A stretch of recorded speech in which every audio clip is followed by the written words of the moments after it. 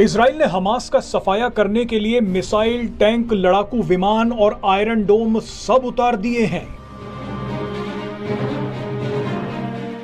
Israel पर तो यह भी आरोप लग रहा है कि उसने हड्डियां गला देने वाला फास्फोरस बम भी इस्तेमाल कर लिया है।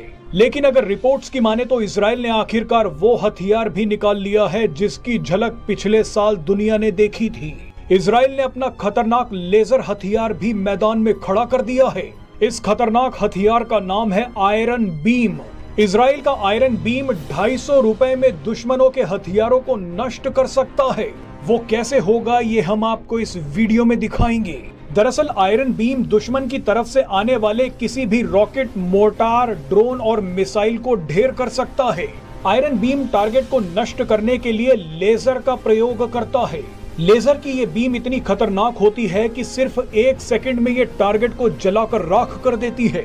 आयरन बीम लगभग वही काम करता है जो आयरन डोम करता है, लेकिन इसे चलाने का खर्च काफी कम होता है।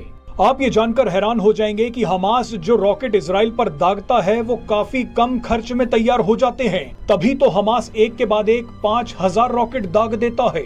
लेकिन हमास के इन रॉकेट्स को नष्ट करने के लिए इजराइल के करोड़ों रुपए खर्च हो जाते हैं। इजराइल अभी जिस आयरन डोम का इस्तेमाल कर रहा है उसकी एक मिसाइल की कीमत $60,000 यानी 50 लाख रुपए है।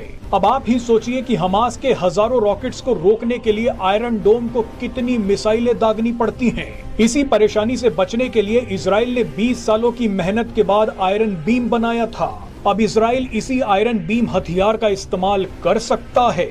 आयरन बीम को दुश्मन के रॉकेट को नष्ट करने में सिर्फ 250 से 300 रुपए ही लगते हैं।